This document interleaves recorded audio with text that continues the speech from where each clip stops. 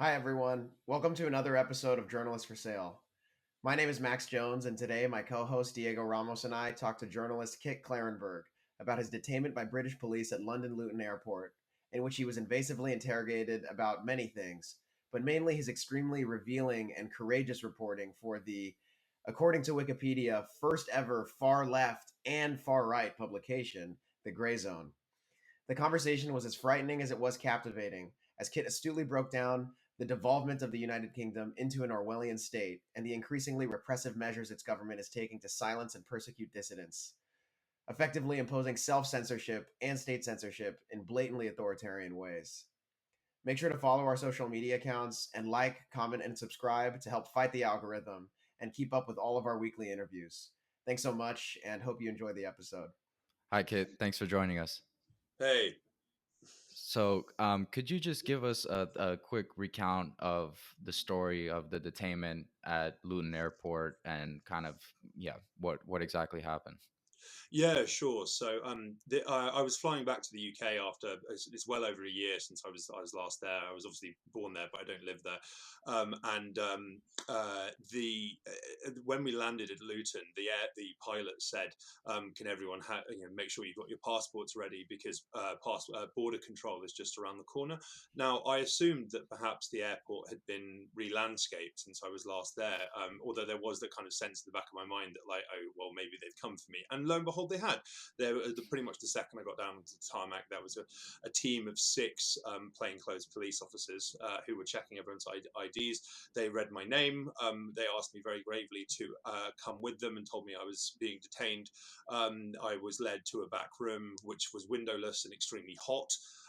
They took all of my digital devices. I was told that I was being detained at Schedule 3 of the 2019 Prevention of Terrorism Act. And I was told that I was given some bits of paper as well, like laying out my rights or lack thereof. And I was told that if I refused to answer questions or complied with their requests for PIN codes to my electronic devices, I would be detained. I would be arrested and potentially, could face jail for that. So, it was quite the whirlwind upon arrival. And so I was subject to an invasive search. They went through all of my bags. They went through, the pockets of my clothing. They made me take my shoes off. And I, duly complied with their requests for my PIN codes, both to my electronic devices and also my SIM cards. All of this was taken, my phone and my tablet was taken out of the room, as were my bank cards, as were my SIM cards. What was done with them, I don't know. The more that I think about it, the more sinister it all becomes. They explicitly told me that they were going to ask me a lot of questions, and one of them in a very friendly, kind of almost like cheery tone said, "I'm sure you're going to be scratching your head, asking, thinking, why are they asking me this stuff?" Well, yeah, I did, and I again still am. The only explanations I can come up with are not particularly reassuring. But so, in effect, they wanted to talk to me overwhelmingly, if not exclusively, about my work for the Grayzone. They explicitly asked me straight up, "Do you have any journalistic materials with you?" Because we wouldn't want to hoover that up by accident. I mean, you obviously wonder whether they were asking me to lead them to sensitive documents in my possession, of which there were none, to my knowledge. And they asked me about whether I was a member of any journalist organisations, whether I had a press card, like whether I was a member of a union of journalists in Serbia or the UK, or if I ever had been. Part of me thinks that they were trying to gauge A, how much trouble they might be in if this went public, but B, as well, whether a particular kind of attack line could be used against me, that I'm not a journalist. A similar smear was applied to Julian Assange in order to kind of justify his incarceration in Belmarsh. He's not a journalist, he's a hacker, or he's a spy. And so they asked me some very specific questions about my work for the Grayzone, including, how are you paid? What is the bank account details of the account you received your Grayzone salary from? Have you ever met Max Blumenthal? But then, yes, it kind of, after, say, like, well, it felt like 10-20 minutes, it might have been a lot longer, they then started really drilling me on my, and indeed Grayzone's, potential ties to Russia. And, it included such, direct questions as, does Grayzone have a formal agreement with the FSB to publish, which is Russia's Federal Security Service, to publish hacked information? Which was like, I almost burst out laughing, because it was just such a ludicrous query, but there was nothing funny about it at all. And yes, I mentioned that I wrote for a number of other websites. They couldn't have been less interested in them. It was all about Grayzone. And I think that, they specifically asked me about Grayzone's funding, its ownership, whether, who has access to its servers, who has access to its email accounts. And then this led on to a wider philosophical discussion about whether, is my reporting in the public interest, or is it just interesting to the public? Is it a national security threat? Do you feel that your work furthers Russia's war aims? And it just went on and on and on for, like 5 hours. Yes, a particularly unwelcoming committee, I think. Yeah, and so this is you've gone into this a little bit, but this is unprecedented in a way, because Schedule 3 was used to detain and question you, when normally for journalists Schedule 7 is used. So can you describe the differences between those sections and the dangerous precedent Schedule 3 sets for journalists and a free press in the UK? Yeah, sure. I think that it may well be the very first time that a journalist has ever been stopped under Schedule 3. You are entirely correct when you say it's usually Schedule 7, which applies to individuals and, potential, individuals posing a risk to the state. But Schedule 3 refers to state threats. So this is people who are acting on behalf of a foreign power in a manner that threatens British national security. Now, I must stress that the wording is terrifyingly Orwellian, and it states that, well, you can be suspected, or indeed you can be a state threat, without intending to, without wanting to, without knowing that you are, and indeed you can represent a state threat, even if the state on whose behalf you are allegedly acting doesn't know you are either. So that's quite So a remarkable. doesn't that just mean that they can just determine that you're a foreign state actor just by saying it, because they have no like pretext to if all of that is true, then what evidence do they need to have then to call you that? None, right? Yeah, and it's just like, it's I've made this point before, but it bears repeating. It's quite some conspiracy when both conspirators are unaware they're conspiring with one another. And I think that the reason that this is particularly disturbing in the context of journalism is we have had many years of alternative viewpoints and inconvenient facts being maligned as Russian disinformation. I have a variety of documents related to British government, kind of covert counter disinformation, quote unquote, operations, which usually involve the intelligence services funding civil society organisations and allegedly independent media organisations in order to, disseminate pro-British propaganda.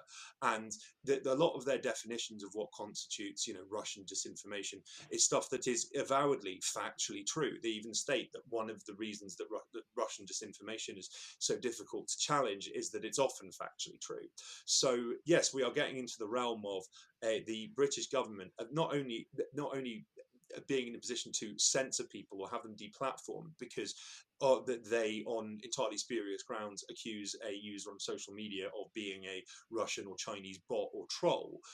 These people could face yes, investigation, detention, and even arrest and prosecution and potential jail terms for expressing the wrong opinions. That's the very clear implication of their questioning of the yes, the wording of the law. And it slipped my mind, but again, it bears repeating that the terms of Schedule 3 are quite incredible. Yes, as I say, that I would have faced arrest if I hadn't complied with or hadn't answered their questions, or complied or handed over the contents of my digital devices.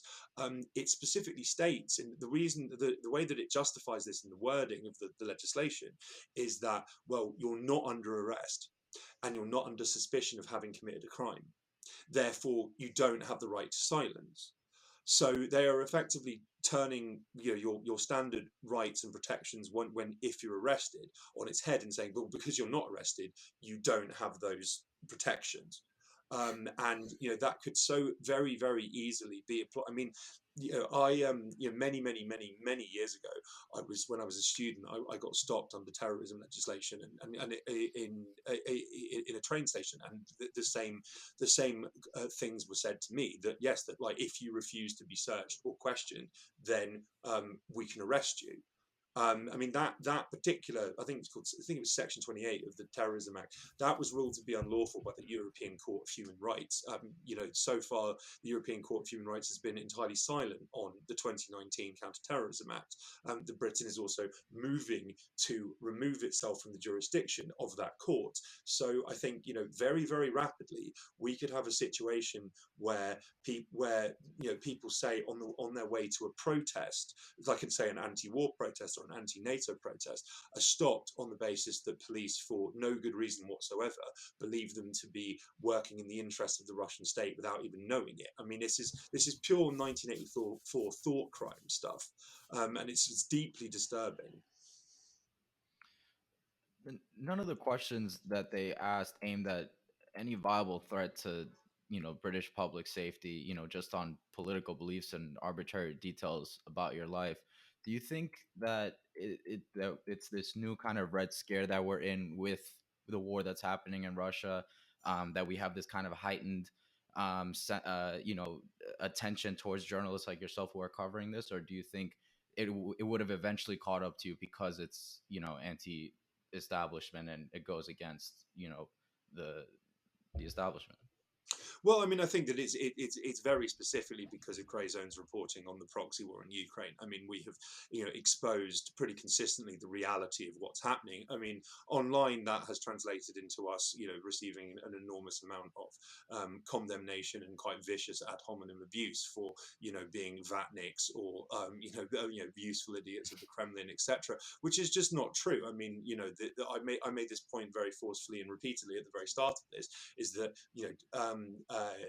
trying to understand the events and context which led us to this point, and indeed challenging heroic ascendant pro-war narratives, is not a justification or even support for conflict at all. And but of course, we're living in a world without nuance. So I mean, that typically falls on deaf ears in terms of our detractors online. But yeah, like in legal terms, it's quite frightening, because excuse me. You might think, and I think that most people would argue, that it's never, in a time of war, I mean, truth is always the first casualty, but it's particularly important to know what your government is doing, given that will have implications for the public. And so, yes, I mean, I didn't raise this in the interview because I was rather bewildered and flummoxed by it all. But when they said, oh yeah, your reporting might be interesting to the public, but it's not in the public interest, we are the only publication, as far as I'm aware, that has consistently warned of the looming and indeed certain risk of neo-Nazi terror attacks in Europe. Okay, numerous governments, and indeed the European Union have warned that this is a ticking time bomb. It has received no coverage and no recognition in the English language media. The US government, which on the one hand spends a lot of time talking up the threat of domestic right-wing extremism, on the other is committed to a vow of hear no evil, see no evil, speak no evil. When it comes to to actual domestic right-wing terror threats. So to give you an example, At the start of this year, 2 members of Atomwaffen, which is a far-right neo-Nazi terror group in the US, were sentenced for planning to blow up electricity generators in Baltimore, which is, you know, a majority black city, they were trying to do this during winter, to deprive the city's residents of heat and light. I mean, that could be life-threatening. Quite truly. Their prosecution received zero coverage in the media. It received zero recognition or mention by Biden administration officials. Likewise, last year, I think it was around the summer, the British Parliament has an intelligence and security committee, which in theory is meant to oversee the work of the intelligence and security services in Britain. I mean, it doesn't, but it has, it's completely impotent. Anyway, they issued a report which stated that, I mean, it's heavily redacted as well, but it stated that there was a particularly pronounced risk of far-right fighters returning from Ukraine, carrying out terror attacks, and it warned that there was no mechanism in place to monitor these people when they returned to the UK. Now, again, this was ignored by the media. So, I mean, we are telling people that it's a matter of when, not if. We are, warning people that, funding and training and arming dangerous far-right terror groups in a proxy war which it seems ever increasingly likely is going to be abandoned by its Western backers, in the manner of the fall of Kabul. Potentially in the near future, that poses a very obvious risk to average people. So, I mean, it's really quite worrying. I think that the British government, I mean, Britain in general, has a culture of state secrecy, which is both formal and informal, which is unique in the Western world in terms of what you can and can't say. There being unspoken orthodox conventions that it would be rather improper to mention this, and indeed very serious legal threats such as the Official Secrets Act, or indeed there's the new National Security Bill, which is about to become law, under which journalists. What is the Official Secrets Act? Oh, right. Well, effectively, all government employees have to sign it, and in effect, most, if not all, kind of British government documents are covered by it, which means, in theory, that you can be prosecuted if for wrongful possession of a document, or sharing it with people, or publicising it.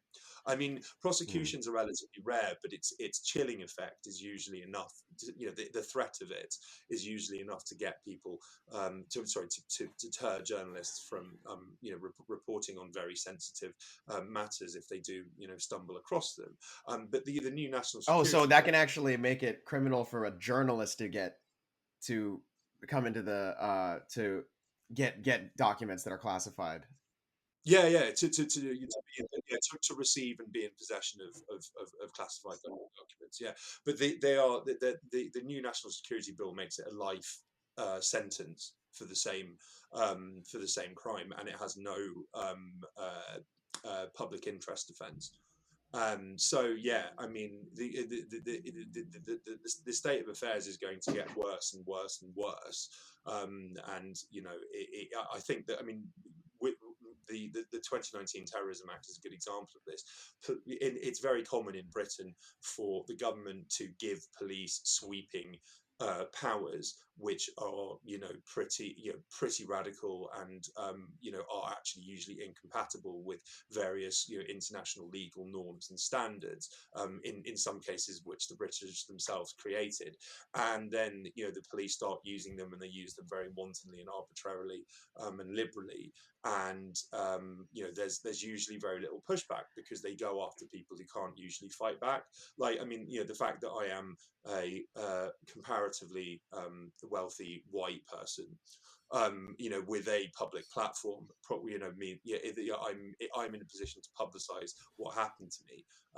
When they stop, say, pro-Palestinian activists who are en route to a protest, their ability to sound the alarm about their experiences is drastically limited as a result. You know, it's so. I mean, in a sense, I'm somewhat fortunate, although I guess I would have been a lot luckier to not be stopped at all. But yes, I can't foresee things improving at all. I think particularly Britain is particularly keen to conceal its role in this because they are heavily involved in escalating the war and attempting to pressure and cajole the US into taking an even more active role in this, above and beyond bottomless weapon shipments and financial aid, into the realm of, you know, all-out war with Russia, which, you know, the Biden administration, despite its kind of reckless brinksmanship in some areas, I don't think they want that, and I think there's a large number of relatively sane people within the blob, as it were, who likewise recognise that it would be, you know, potentially the end of the world, if that happens. But Britain is absolutely determined to keep ramping up tensions and escalating things,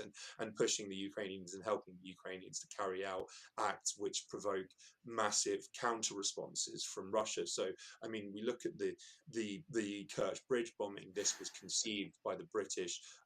They wanted to do their original plan was to do something that would have been far more destructive than the, you know, fairly flaccid truck bombing that went down, which killed, you know, 3 people. They wanted to take down the whole bridge at rush hour. You know, which that bridge is used by thousands of people per day. You know, the response to Kerch Bridge was, you know, a saturation bombing campaign against Ukraine, which lasted for many months. You know, might they have resorted to nukes, or threatened to, if the British had gotten their way? I mean, quite possibly.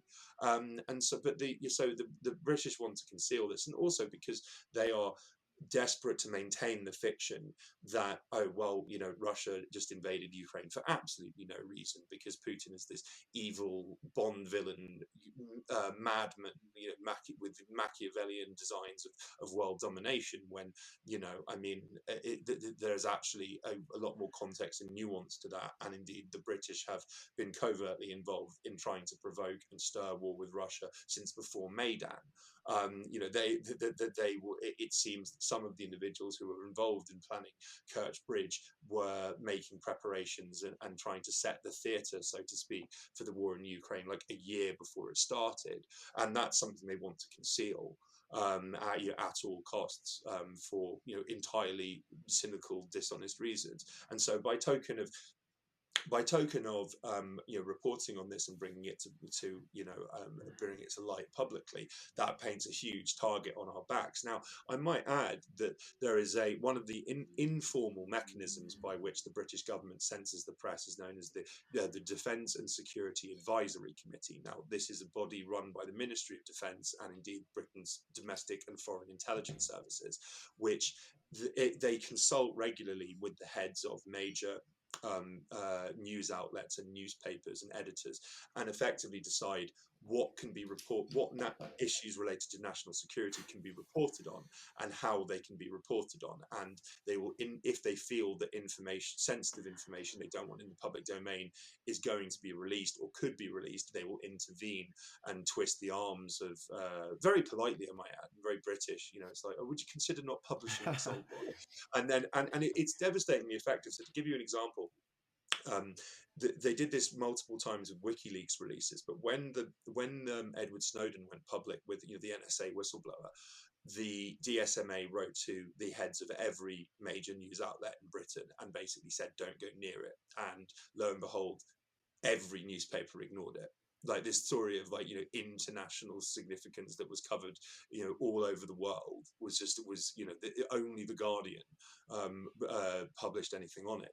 And but then, so if you look at the recently published minutes of their most recent meeting, they refer to how the last months of 2022, i.e. last year, the material that they worked to suppress was the most sensitive that they'd ever seen. And I strongly suspect that refers to the Grayzone's reporting on the war in Ukraine, because that is the exact period that we revealed that Britain was behind blowing up Kerch Bridge, that Britain was constructing in secret a partisan terror army for the Odessa SBU, amongst other, a great many other kind of bombshell revelations that the British didn't want in the public domain.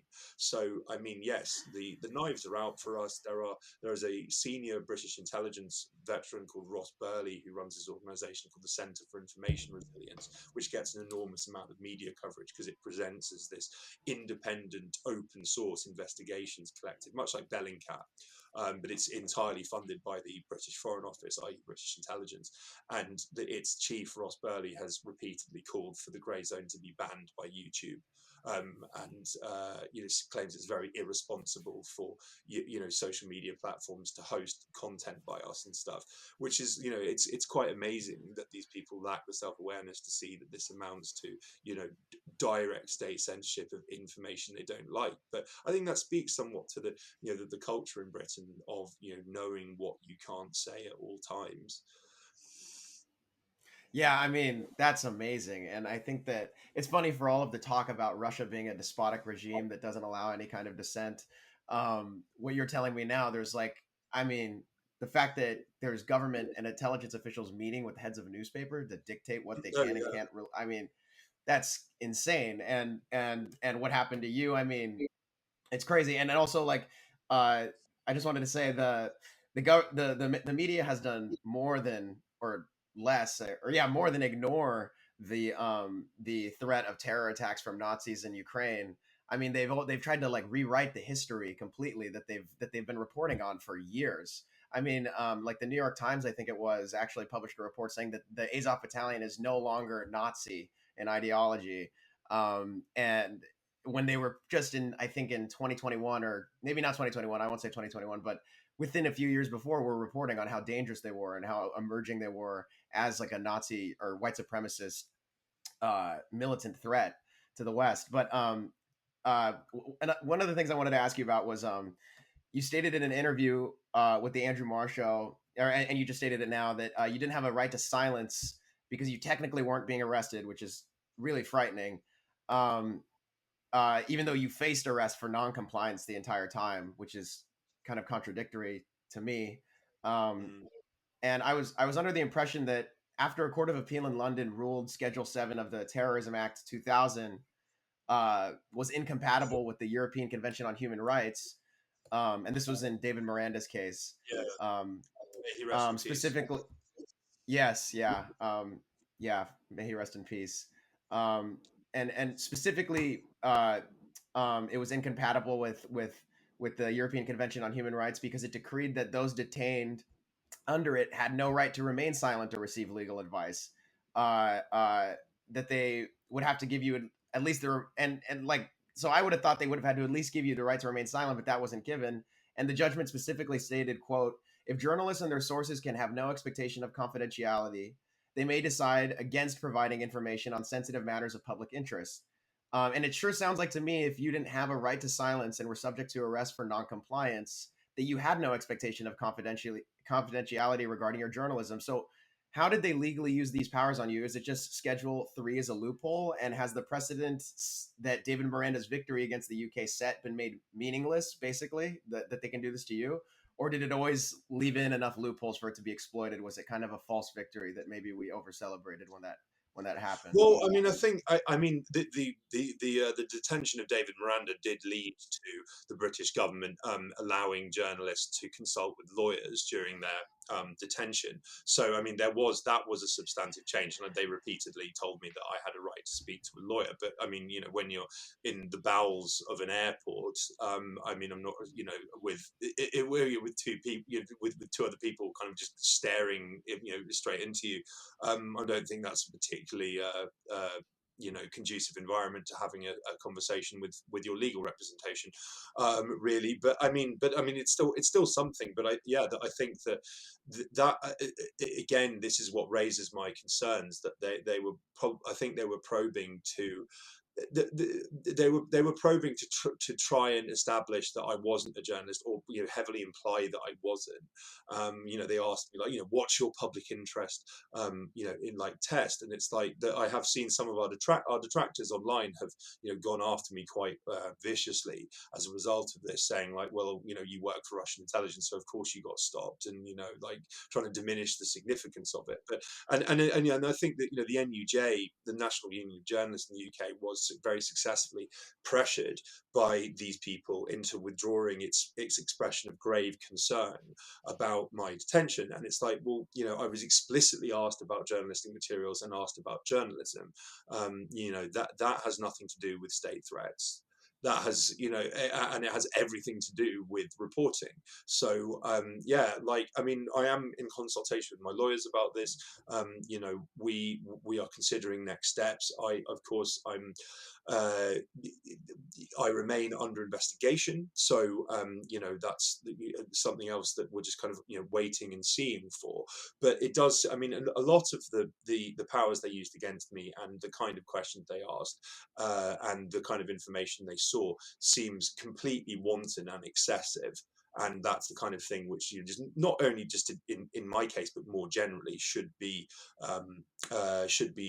challenged, I think, legally. Because so for instance, they asked me how much rent I paid in Serbia and whether my energy bills were included in my rent, which is a completely crazy, invasive question. And the obvious interpretation is that they wanted to try and build up some kind of financial profile of me and work out where I'm getting my money from. And then if they think that the maths don't work in terms of my income versus my spending, then this is grounds for further surveillance, this is grounds for criminal investigation, this is or detention, with compelled answers to these questions. Yes, all of these thoughts like kind of rush through your head, and at recurrent intervals, in the wake of this, and as long as it goes on. My tablet was held for a week by authorities, and then I got it back. It had tape over its cameras. I'm not sure why. I've been advised by a great many people to never use it ever again. I only used it for reading, so I'll be keeping it. But I'm sure it's got like Pegasus or something embedded on it, or something equally sinister. I myself have reported on, and this may well have been something that they're annoyed with. I reported on how the British Home Office is arbitrarily tagging the phones of refugees with tracking software in the hope that this will lead them to criminal gangs, or will allow them to keep an eye on what these people are doing. That was Anomaly 6, right? Yeah, it's Anomaly 6. And they do this despite the fact they know it is a breach of multiple laws, that they just do it anyway. And it's like, and that in itself, like, I think that Britain's been very much off leash since the war began. They shut down they shut down RT within a couple of weeks of this starting. Already before that, like, I know British banks were freezing the accounts of people who were receiving funds from Russian companies. They have passed all sorts of new legislation, criminalizing people who I think help breach sanctions, even if unwittingly. Again, you don't have to know that you're doing something illegal for it to be illegal. And then in the case of Graham Phillips, he's like a British kind of YouTube blogger, who I couldn't disagree with him more personally, and I think that he was a fool for what he did. I think he did the wrong thing, but he traveled to Donetsk when the war started, and was reporting embedded with the rebels, or the kind of the breakaway armies. And because he interviewed a Ukrainian prisoner of war on camera, which I think that was the wrong thing to do, the British state seized his bank account, his home, all of his assets, and they did so despite knowing that they had no legal basis for doing so. So it's like, I think that they're seeing what they can get away with, in a sense, and seeing what they can try and pin on people, and going after who they believe to be potentially soft targets. I mean, I think few would have sympathy probably for Graham Phillips. I mean, quite a few people clearly don't have sympathy for me, but I am heartened that there have been rights groups and journalism organisations which have got in touch with me, that have condemned what happened to me. I've got 5,000 new followers on Twitter as a result, and a large number of people, including people who I've had cross words with in the past, have issued very stirring statements of solidarity, because I mean they kind of get the point that, like, well, irrespective of whether you agree with or like my journalism, the fact it's a when the devil turns around on you type situation, this can be applied to people who fall foul of the official line, and the official line is constantly changing. We see this in international relations terms with many governments in Eastern Europe which had very strong economic or political or historical ties with Russia, have, whether under duress or not, passed sanctions against Moscow, have banned Sputnik and RT, have banned Russian flights in their airspace, and voted to condemn Russia's actions at the UN.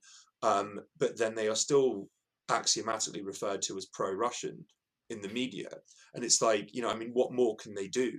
Like, and I mean, and also, I mean, to flip the script a bit, if when the day comes that the US throws Ukraine under the bus, and it could be very sudden, and I guarantee you it will be pretty spectacular, when that does come to pass, I would imagine that there's probably going to be a demonization campaign against the Ukrainians and the Ukrainian government and Zelensky in order to justify this. And I strongly suspect that a lot of the Nord Stream 2 investigations in the mainstream media are concerned with throwing Ukraine under a bus. Like, the narrative is very clear that we didn't want them to do this, and it was the Ukrainians going, kind of acting unilaterally, and this is shocking. The idea that they didn't do it with Western support and munitions or whatever it was they used to blow it up is completely farcical, if indeed it was them and not just some Brits and or Americans. But the point is that when Ukraine's thrown under a bus, it could also become unsayable and a form of propaganda or disinformation to claim that Britain was heavily involved in this. I mean, it's that kind of Oceania's always been at war with East Asia type, Wait, you're saying if Ukraine, or if we throw Ukraine under the bus, what does it say about the British involvement? You're saying? I kind of misunderstood. Oh, sorry. Well, no. What I'm saying is that, like, when Ukraine gets thrown under the bus, a part of that will be the demonization of the Ukrainian government to justify it. Like, and so in that context, it could become a criminal form of disinformation to suggest that the US and Britain were heavily involved in this, or that they were very closely allied. Like, history is being rewritten, on the spot, basically, and it's what's quite marked is that so often in mainstream media reporting on the war in Ukraine, they're at pains to stress, oh, well, the US doesn't actually know, like, what Ukrainian plans are, so they don't have that kind of view into Ukrainian thinking. And it's like, well, I mean, bearing in mind that the US military chiefs are literally sitting down with the Ukrainians and big maps and working out where they strike in offensives. I mean, it's just a complete lie. But the fact that they want to keep hammering this home is quite striking, and it suggests to me that they are giving themselves an out. And then, yes, it will become unsayable to acknowledge that this was a Western proxy war in which Ukrainians suffered terribly. You back to the detainment. There was one part in Max Blumenthal's article where it says that you say that you think that they were dangling certain questions to draw something out of you, and you mentioned before in terms of the Russia stuff. But I'm just curious because I'm not too familiar with how the UK works, and I'm pretty sure, to my knowledge, you guys don't have an equivalent of the First Amendment there, but you have some sort of freedom of speech. When they ask you things about, like, what do you think of Rishi Sunak, like what kind of thing could they be drawing out from you there, and is there any sort of thing that you can say that would be considered, I guess, the wrong answer, where they can take it against you? Well, yeah, I mean, I think that we had some, seemingly informal discussions about, like, what my political positions were, and, like, whether I was involved in political activism. They kept on returning to how I got into national security reporting, and despite the fact that I studied politics at university, and I read about all of these topics years ago, they seemed very curious about that, and I'm not sure if the implication was that I was a sleeper agent that suddenly got activated, or I got recruited at some point by some nefarious, shady actor. But I mean, in respect of trying to draw me out, I mean, I do. The police, all over the world, they will take what is said in interviews and twist it, and try and turn it against you one way or another. Although, I mean, they can do. And so I was wondering whether they were gauge, if I was to respond saying, "Oh, I think that he's absolutely appalling," they could say, "Oh, well, he's like this disaffected anti-government dissident, and this is why he is driven to support Russia's war aims." I mean, it's just as as a speculative theory. But yeah, I mean, there were a few questions like that seemed a bit pointed, and I mean, people who get stopped on the Schedule 7 frequently, when their cases actually make the news, which is not always, they are often quite flummoxed by and disturbed by the grilling they get on their political persuasions. I mean, I've heard of some people who have been asked to reveal who they voted for in elections, which is, I mean, that's so beyond the pale for a lot of people, and like what newspapers they read and all this other stuff. So I mean, I think at the very least they were trying to build up some kind of profile for me, and potential lines of investigation, potential lines of attack. Yeah, I mean, ultimately this seems like a fishing expedition which is based on a unfounded and I would say irrational suspicion that I am, yes, I and or Grayzone are, a component of are part of an FSB run effort to achieve some kind of malign end. And yes, they are just trying to see what they can dig up that in support of that narrative, and result in criminal charges. So yeah, it's again, there's no indication that there will be further action as yet against me, but they have kept one of a very old memory card that, to my mind, mainly contained music, for investigation, on the basis they think that it may be relevant to criminal proceedings. I don't know what that means, and quite why it's been kept for the best part of a month now is anyone's guess. But I'm not in Belmarsh yet, so there's that. Every cloud. Yeah. So why don't you think the criminal proceedings will go forward, or not the, or maybe not the criminal proceedings, the further action will go forward? Because when I read that they kept one of your SD cards in for further criminal proceedings, I thought that meant that there would be some kind of follow up. Is that incorrect? Is my Well, no. I mean, correct there? maybe I phrased that wrongly, but I think that, like, there's no indication as yet, like, in terms of I've not had any contact with them since this. So I mean, but that's what causes significant paranoia and anxiety, because you don't know. And yes, like I say, it's rather curious that they are holding a very old SD card for the best part of a month. Like, I mean, what are they getting out of it? Why have they, if they just wanted the data, they could have extracted it by now. So I mean, whether it's been bounced onto various agencies so they can copy all the data and build up intelligence documents on me and my associates, I don't know. Yeah, again. Yeah, pretty frightening either way.